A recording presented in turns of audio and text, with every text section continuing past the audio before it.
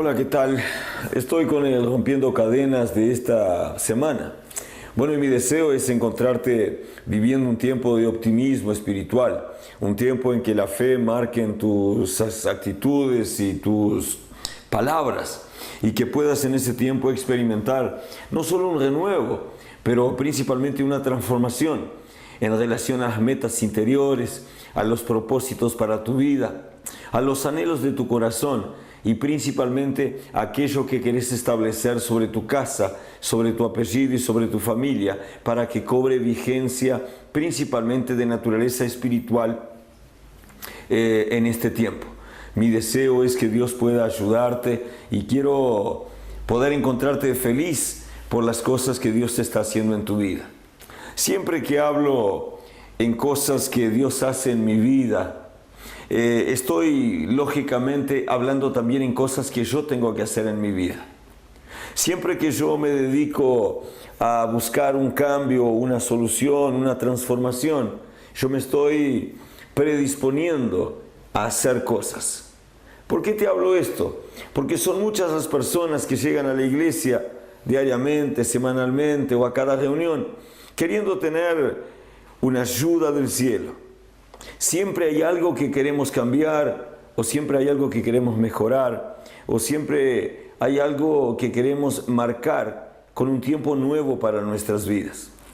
Lo que muchas veces impide esta transformación, ese cambio y esa marca, es justamente la falta de actitudes que sean significativas en relación a aquello que decimos creer o que estamos de acuerdo en practicar. Y eso hace la diferencia entre las personas. Y eso ciertamente va a hacer la diferencia en tu casa, en tu vida, si te dedicas a hacer las cosas como hay que hacerlas. ¿Sabe? Hay una palabra en el libro de Lucas que me inspira en relación a esto. Cuenta la historia del ministerio de Jesús. Él estaba hablando a los discípulos respecto a que el reino le pertenecía a los niños. Y él estaba diciendo prácticamente una oración de agradecimiento al Señor, por cuanto él, el Dios Padre, había escondido algunas revelaciones y conocimientos de los entendidos y de los sabios, de los doctores, digamos, y los había revelado a los niños, a las personas comunes, aquellos que de repente para el pueblo, para un hombre común no tendrían la idea o la capacidad de entenderlos. Pero Dios piensa diferente y sí lo hace trayendo una verdad que para los hombres sobrepasa el entendimiento de los niños, pero que los niños por su corazón, por su disposición de creer, tienen sí la capacidad de recibirlas, entenderlas y practicarlas. En medio a esa oración de agradecimiento y a ese tiempo, surge una conversa que está relatada en lo que se llama la historia del buen samaritano. Y esa historia del buen samaritano es una parábola que Jesús cuenta. Comienza con una conversa entre un entendido, un intérprete de la ley, algunas versiones bíblicas dicen un doctor de la ley, respecto a preguntas que él le hace a Jesús. Una de las preguntas está contado en el capítulo 10 de Lucas, en el versículo 25. Y allí dice que el intérprete de la ley, o maestro, o doctor, como diga tu Biblia, se levantó y le dijo a Jesús: Maestro, ¿haciendo qué cosa heredaré la vida eterna? Si usted observa, al menos en mi Biblia tiene, en la tuya debe tener algo parecido, dice, el intérprete le preguntó para probarle a Jesús. En verdad, el hombre estaba haciendo una pregunta a Jesús que él conocía la respuesta. ¿Sabe algo que yo he notado en la gente de este tiempo aún? Muchas personas te hacen preguntas que ya saben la respuesta. Muchas personas te hacen preguntas, si no para probarte, para saber si lo sabes, si la tenés clarita, o si de repente puede pasarte a ti la idea de que ella misma es otro tipo de persona. Fue tan verídico este acontecimiento que Jesús le responde: ¿qué está escrito en la ley? ¿Cómo la lees? Bueno, y me impresiona este grupo de preguntas que Jesús hace. Él no solo la primera pregunta como diciéndole: tú sos un intérprete de la ley, tú sabes lo que la ley dice, pero me impresiona la segunda pregunta: ¿cómo la lees? Porque sabe, en estos tantos años que llevo de ministerio y de pastoreo, yo he entendido que la gente lee la Biblia como la quiere y que por más disparatada que parezca la interpretación, muchos la tienen como correcta, como verídica, como verdadera, y me sorprendo a veces las cosas feas o equivocadas que escucho en prédicas por ahí. En verdad, la interpretación bíblica debe ser hecha a la luz del Espíritu Santo. El hombre a veces se acerca a leer la Biblia y lee una cosa pero entiende otra, porque la lee en su óptica, porque la interpreta según su experiencia, su conocimiento, su forma. Y esto de forma alguna tiene el aval del Espíritu Santo para su vida. Eso lo lleva muchas veces a equivocarse, lo lleva muchas veces a tomar decisiones malas, lo lleva muchas veces a errar el albo, y después esa misma gente que interpreta mal, que decide mal y que actúa mal, se queja de la orientación que recibió de Dios porque cree haber interpretado la Biblia de forma correcta. Existen otras personas que ni siquiera leen la Biblia, y la pregunta de cómo la lees es justamente para que él interpretara la ley según lo que leía en la ley. Significa, para mi tiempo, que el hombre que quiera una orientación de parte del cielo y que quiera saber lo que Dios tiene a decirle o a opinar respecto a algo, tiene que leer la Biblia. Amados, cristianos que quieran crecer, cristianos que quieran darse por entendidos y cristianos que quieran cargar con las promesas que la Biblia tiene, no pueden repetir como loros las promesas que están en la Biblia y que otras personas predican, pero deben ser personas conocedoras de no solo la promesa que Dios les hace en su palabra, pero también y principalmente de las condiciones que la gente debe ofrecer a Dios para que Dios venga a cumplir en esas promesas. Algo que lo tengo claro: toda promesa que Dios le hace exige una condición previa que debe cumplirse, no solo física, no solo intelectual, pero principalmente emotiva y espiritual, para que lo que Dios te prometió se transforme en rema para tu vida. Eso quiere decir que adquiera un tono profético y que cobre valor sobre tu vida para marcar tu camino y la vida de tu familia. Algo que parece muy teórico, pero algo que es importante para que usted no se sienta defraudado por Dios, para que no se sienta un cristiano perdido o alguien engañado porque alguien le dijo algo que luego no funcionó. Importante esto. Voy al corte y vuelvo con un poco más de esto.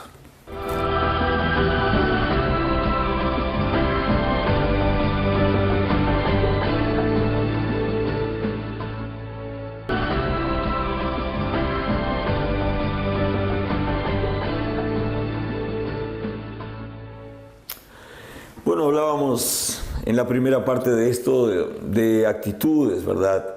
Y hablábamos de cosas que uno lee en la Biblia y que lamentablemente mucha gente la interpreta mal, la aplica mal, la entiende mal y termina rompiéndose la espalda, forcejeando contra cosas o por cosas que definitivamente no vendrán. Hay un enmarañado de cosas, de entendimientos falsos, de teologías equivocadas que pesan hoy en el mundo espiritual y que esclavizan a la gente, llevándolas a vivir torcidos, haciendo cosas equivocadas, tomando actitudes malas, aplicando principios que no son verdaderos y que eso nunca produce un buen resultado. Jesús le hace a aquel entendido que realmente sabía bien lo que estaba preguntando, le hace una nueva pregunta, una nueva respuesta. Y esa respuesta le aclara exactamente lo que él debería hacer y la forma en que él debería leer las Escrituras. Habla de mirar la página bíblica con el prisma del Espíritu Santo. Claro que ese maestro estaba para complicarle a Jesús. La Biblia dice allí en el primer versículo 25 que leímos, que él le preguntó a Jesús para probarle a Jesús. Ahora, Jesús le explica y lo desmascara en eso. Y el hombre hace una nueva investida diciéndole, pero ¿quién es tu prójimo? Porque una de las respuestas que le había dado decía, ama a tu prójimo como a ti mismo. Bueno, Jesús resuelve contarle más clarito para que él entienda. Y Jesús le cuenta la historia que nosotros conocemos como la historia del buen samaritano. Dice un hombre común, del cual no dice nombre, ni edad, ni raza, ni creencia. Descendía de Jerusalén a Jericó y fue alcanzado por bandidos. Lo golpearon, le robaron, lo lastimaron, lo hirieron, lo dejaron prácticamente desnudo a la orilla del camino para que se muriera. Y ahí Jesús comienza a contar lo que pasó en esa realidad que el hombre lastimado había vivido. Y dice, la primera persona que pasó por él era un sacerdote. El sacerdote lo miró de lejos, pensó y siguió su camino. Él estaba muy ocupado con las cosas que tenía que hacer para prestarle atención a alguien que estaba moribundo a la orilla de un camino. Cuando yo leo esto me pregunto, ¿quién era el sacerdote? La Biblia no dice su nombre, para no quemarlo, pero usted sabe que el sacerdote es alguien encargado de cuidar las cosas de Dios atendiendo a la gente que necesita. Eso me lleva a pensar que el sacerdote era el hombre apropiado para cuidar a aquel que estaba herido. Pero hay veces en que las cosas que uno tiene que hacer, o las promesas de religiosidad, o los encargos ministeriales, ocupan aquello que hay de más importante en la vida de la gente, que es hacer lo que Dios le ha mandado hacer. El sacerdote lo miró, dice la Biblia, y siguió de largo. El segundo hombre que pasa por aquel lugar, de esta vez era un levita. Se acerca, lo mira y se va. El levita, hoy llamamos al hombre que canta o que toca algún instrumento, pero en verdad el levita en aquella época era consagrado al servicio. Trabajaba en el templo, ayudaba al sacerdote, era de la tribu de Leví. Servicio es el don de esa tribu. Y él debería haber ayudado al hombre. Pero ¿qué ocurrió? Él también estaba ocupado de más para hacer lo que tenía que hacerse. Jesús le da una tercera historia y dice, el tercer hombre que pasa por ese lugar es un samaritano. El samaritano se detuvo, se acercó, descendió de su caballo, lo tocó, lo curó, ungió sus heridas con aceite y con vino, lo vistió, lo vendó, lo cargó, lo puso en su cabalgadura y lo llevó al mesón. Y ahí uno se pone a pensar, de los tres, el más apropiado falló.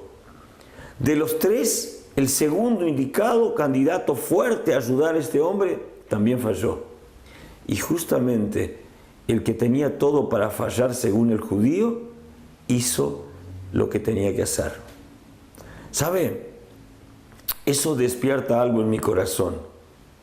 Lo que cambia mi vida no es la tribu a la cual pertenezco, ni tampoco la familia o el apellido que tengo, ni tampoco la realidad que estoy viviendo, ni el cargo, ni la investidura que está sobre mí.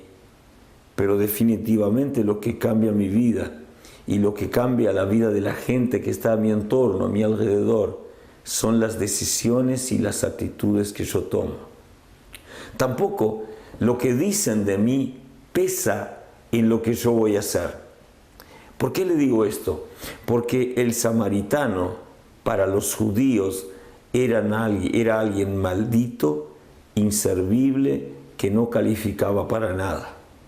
El maestro intérprete de la Biblia, o doctor de leyes que estaba hablando con Jesús, era justamente un judío, y recibe un escrache en su cara, contado por Jesús la historia de un samaritano que después de 2 judíos había hecho lo que ellos deberían haber hecho. Él era maldito, de allí no servían para nada, los judíos ni lo saludaban, ni le apretaban la mano, no lo abrazaban, ni les hablaban, porque los samaritanos eran como una raza inferior, nadie los quería ver. Pero él tuvo una actitud que todo sacerdote, que todo levita y que todo cristiano hoy debería tener. Mire qué simbólica la actitud de ese varón y cuánto nos enseña en relación a lo que tenemos que hacer. La Biblia habla de algunas actitudes que él tuvo para con el hombre herido. Yo voy al corte ahora y vengo justamente a hablarte de cosas que él hizo y que alcanzó una significación no solo para la vida de este hombre, pero principalmente para nuestras vidas, sirviendo de un verdadero ejemplo para aquellos que dicen: pastor, yo necesito cambiar mi casa, yo quiero cambiar la historia de mi familia, yo quiero cambiar la historia de mi matrimonio. Voy al corte, ya vuelvo con esto.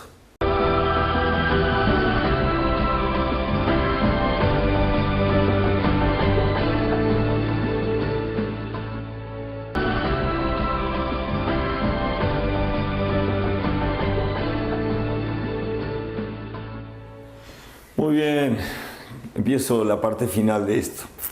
El samaritano venía por el camino, miró al hombre herido y la primera cosa que la Biblia dice de él es: él fue movido a compasión.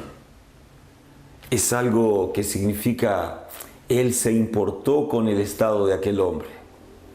¿Sabe lo que más me marca hoy en la realidad en que vivimos?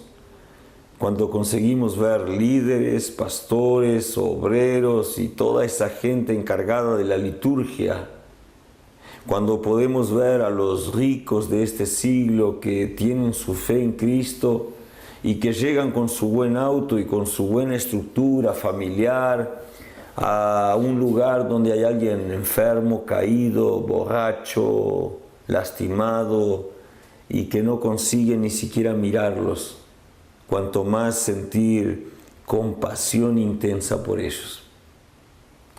¿Sabe lo que me llama la atención de esa historia? Es que el samaritano, que quedó conocido como el buen samaritano, no solo sintió la compasión, pero tomó la decisión de actuar y de participar de la realidad de aquel hombre herido. Y la Biblia dice que él descendió de su cabalgadura y se le acercó y vendó sus heridas. ¿Vendó con qué? Ciertamente en aquella época no estaban los estuches esos que los compramos cuando tenemos niños menores, que tienen aquellos curativos básicos y vendas y gasias y esparadrapos y otras cosas. Entonces yo descubro que ese hombre, para vendar a este herido, tuvo que ciertamente romper alguna ropa suya. Él tuvo que tomar de repente su mejor túnica o su mejor camisa, que estuviera limpia para no infectar sus heridas, y tuvo que romperlas para vendarlo. Pero también dice la Biblia que él echó aceite y vino ungiendo sus heridas. No sé si usted sabe, pero esto no era aceite de cocina. Tampoco puede imaginarse que el aceite en aquella época fuera algo barato. Al contrario, el aceite era algo caro, se usaba para calentarse por el frío, pero en las noches del desierto se usa mucho eso, pero también se usaba principalmente para medicina en los tiempos bíblicos. Y él tuvo que ver, y tampoco llevaba una damajuana, él llevaba un pequeño recipiente de aceite en su mochila. Significa, él tuvo que despojarse de algo que era importante para él, para ungir la herida del enfermo. Luego dice la Biblia que también vino puso, y el vino era algo que favorecía, según el entendimiento de la época, el cicatrizar de la herida. El vino representa en los tiempos, papeles y rituales bíblicos un símbolo de alegría para aquel que está amargado con problemas. El aceite es un símbolo, digamos, de unción o del Espíritu Santo. Y las personas son ungidas con aceite cuando están enfermas para que reciban el toque de Dios y transformen su realidad. Significa que entiendo que este samaritano se acerca, se despoja de sus vestimentas, se despoja de parte de lo que él tenía del aceite y se despoja del vino, que quién sabe era lo que lo calentaba en la noche o gestaba alegría en su corazón. Entiendo y aprendo que cuando alguien quiere cambiar su vida, tiene que aprender a despojarse de algo. Cuando alguien quiere acercarse a vivir las cosas de Dios, tiene que aprender a despojarse de algo. Que cuando alguien quiere plantar para que venga una cosecha abundante y que tenga un tiempo feliz, él tiene que aprender a despojarse de algo. El propio agricultor, cuando va a plantar, él tiene la semilla en su bolsa, pero él la saca de la bolsa y al caminar por el surco se deshace de ella lanzándola en el surco y luego pisando la tierra y cubriéndola con tierra. Cuando él llega al final del surco, él tiene mucho menos semilla de la que tenía en su mano, en su bolsa, que significa que el que quiera cosechar necesita sembrar, y para sembrar uno tiene que despojarse de algo. Cuando uno busca el entendimiento familiar, cuando uno busca la unidad familiar, la unidad matrimonial, cuando uno busca victoria, entendimiento, amistades y acercamiento a Dios, uno tiene que despojarse de algo. Despojarse en el sentido de abdicar de sus razones, despojarse del sentido de sus criterios y sus principios que de repente son tan rectos, tan exigidos y tan directos, puedan ser más elásticos y que se pueda ceder. Y cuando uno pone buen ánimo y pone contentamiento y permite que la unción venga y que se endulce la voz y que la palabra salga más blanda, las cosas caminan siempre a mejorar y nosotros afectamos no solo con nuestras decisiones, la vida que llevamos, pero principalmente la vida de la gente que vive a nuestro alrededor y principalmente bajo nuestro techo. El samaritano fue un ejemplo. Él estaba, quién sabe, atrasado en su caminar, pero él tuvo tiempo para ayudar a alguien que necesitaba. El cristiano debería tener tiempo para ayudar al que necesita. ¿Sabe lo que siento también? El samaritano ciertamente no lo encontró ese hombre caído a la mitad del camino. Él estaría caído a la orilla del camino. Hubo que bajarse del caballo y recorrer una distancia desde donde él estaba hasta donde el enfermo, lastimado, estaba. A veces uno tiene que hacer algún camino. A veces uno tiene que marcar un camino, una distancia a ser recorrida para llegar a la gente que te necesita, para ir a aclarar situaciones que están por resolver. A veces en el propio salón de la iglesia, en la casa donde uno vive, a veces el familiar está en un cuarto y nosotros enclausurados en otro cuarto. Y a veces son 10 metros, 5 metros, 8 metros, 20 metros que hacen una profunda distancia y generan una gran dificultad para que el problema se resuelva. ¿Por qué? Porque la gente no aprende a dejar cosas de lado, a deshacerse de algo y a despojarse de algo. Entendimiento familiar exige despojarse de tus razones, ablandar tus principios, ser menos exigente y poder manifestar una conducta más amorosa y más sabia para con los que necesitas estar bien. Que Dios traiga sabiduría a tu corazón y que puedas ser en medio a tu casa como el buen samaritano. Nos vemos en la próxima semana. Dios te bendiga. Chao.